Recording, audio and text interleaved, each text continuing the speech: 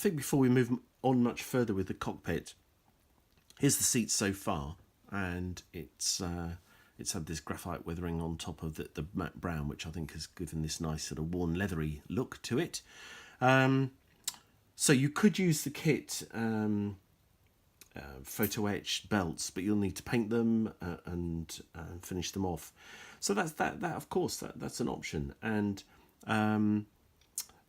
you've got another option, and the other option could be that you use something like these, which are from HGW, who are an outfit who make some really high quality sort of fabricy type belts.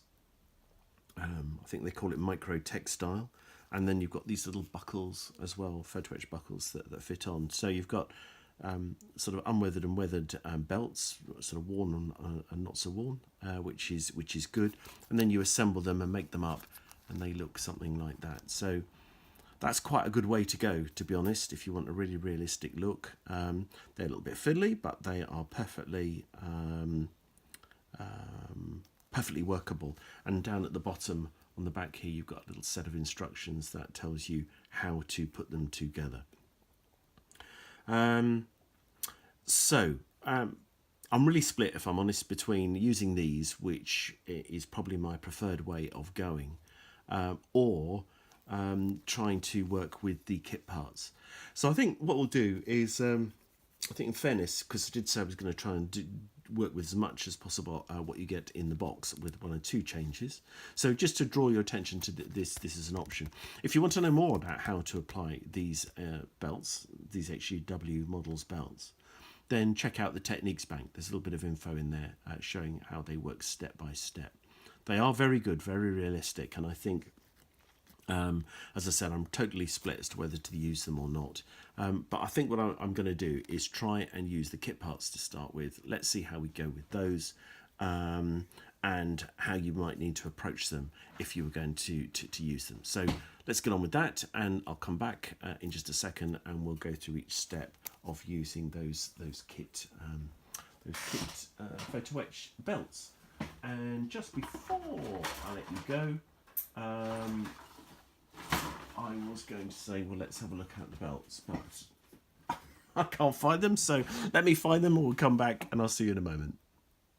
Okay, so here are the kit photo etch parts, and you can see we've got a nice harness. It's exactly the same as the HGW one, except that this is in photo etch rather than fabric. So you've got the main kind of shoulder straps, which are here as one part, and then over here we've got each of the 2 lap belts, which come from the left and right. Now, photo etch by sort of definition tends to be quite stiff. These are actually very thin, which are ideal really, and we could probably get away with using them as is and just painting them. But of course what we need to do is bend them so they look realistic, and probably add a few little creases in as well. And then of course they need to be bent into shape and put onto the seat so that it all looks nice and realistic. And quite often though with photo etch it's quite stiff, and therefore it's quite hard to bend it, and you can't therefore paint it and bend it, because probably the paint will flake off, or you'll get some unsightly chipping, which doesn't look very good when you touch it up. Or you could anneal them, and I don't know if you've come across annealing before. You might again be familiar with it, and so forgive me if I just run through briefly for those of you who don't necessarily know what it is. And it's a simple process of a sort of a molecular thing that goes on by heating the photo etch part, and in this case it'll be under a candle in just a moment, candle flame. You then obviously don't hold it while you do that, not with your fingers anyway, so we'll be using some tweezers to hold the part over the candle flame, get it nice and red hot, and then plunge it straight into this little vat here of cold water. And what that tends to do is it tends to make the photo etch much more pliable and easier to bend. Excuse me. And so that's what we're going to be doing next. So I'll just cut off the the three parts, which is this double shoulder strap and then the lap belts. Just make sure they are ready to go. Just trimming off with some sharp scissors any tiny little pieces of the frame where they connect. So we'll get rid of those, and then we'll I'll show it to you and just show you how that works. Okay, so here's our photo etched shoulder straps, and they are quite thin, which is good. So you can probably bend these up a little bit. And to be honest, you could probably bend them to shape. They'd probably work all right on and around the seat. So you can see here, I'm just doing a little bit of bending just to try and just broadly just see how they are to start with. But again, I think they are still a little bit stiff. So I think we are going to anneal these. So we'll just put that down for a second. We will get a match and light our candle.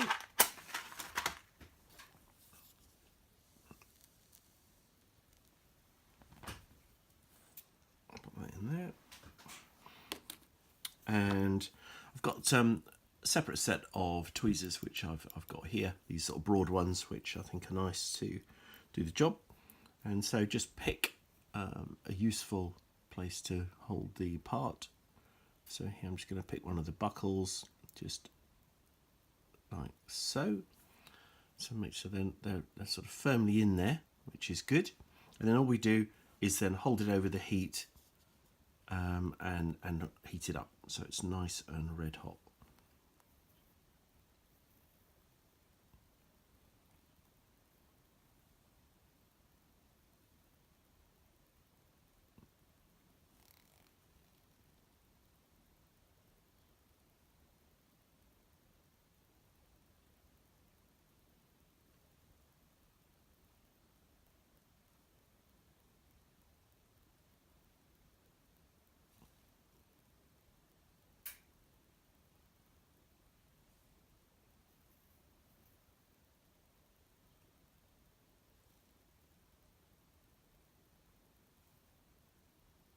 And then when you think it's hot enough, and it just every now and again you can see the red glow of the part straight out of here and into the water, which is great. Some of the black, get rid of the flame, into the water, as you can see there, and it dries quite quickly, well, very quickly, so it's immediately okay to handle. And then what you find is, of course, that black residue just comes away nice and easily. I just find that that's much softer, much softer now and pliable, and we can just move that into shape as we want. So it acts and behaves much more like a fabric. So what I do here is just dry it off. Being careful we don't catch any of those little parts that are sticking out. Just dab that off like so. And here's our part, as you can see here. And then it's a bit of a case of checking out the instructions and noticing here that, I'll just bring that in here, you can see this little diagram here. This is where the shoulder straps will go. So they actually need to bend, you see, quite a kind of, you almost pull them apart at the top, and they'll go around and connect here to the little holes. I'm pretty sure there are.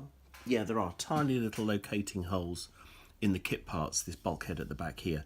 So we'll be making sure that the straps will stretch to those holes, and we'll just eventually stick a little bit of cyano on the end and secure them in place. So the next sort of part really for me is getting the seat, getting the belt, and just doing a little bit of gentle pushing into shape, so that it's all gonna look all right. So it's just sort of generally trying to get these to kind of broadly go off at the right angles.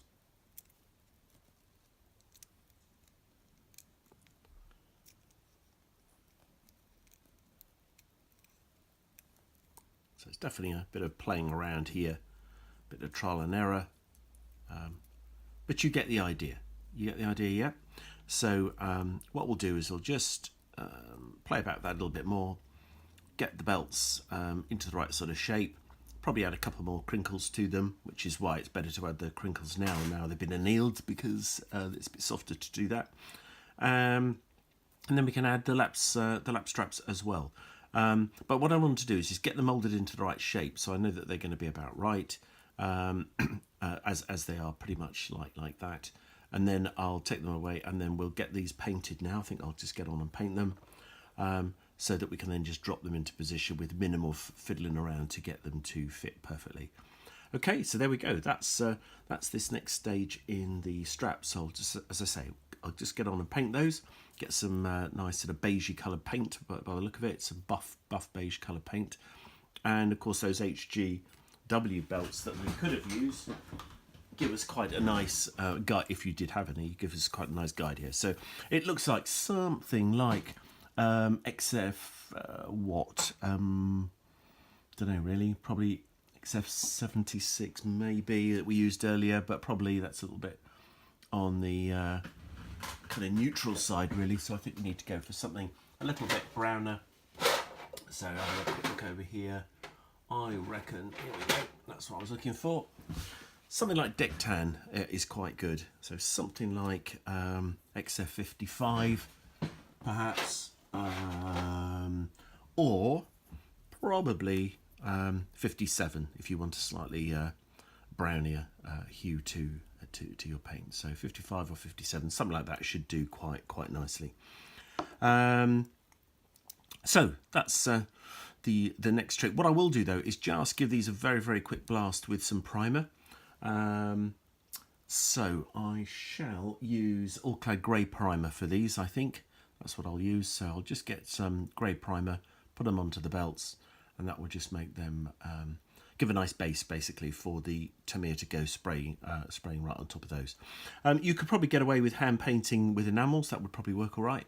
I think if you just try and hand paint with acrylics, well, Tamiya won't hand paint very well at all. So you probably need a water-based acrylic, one of those type paints.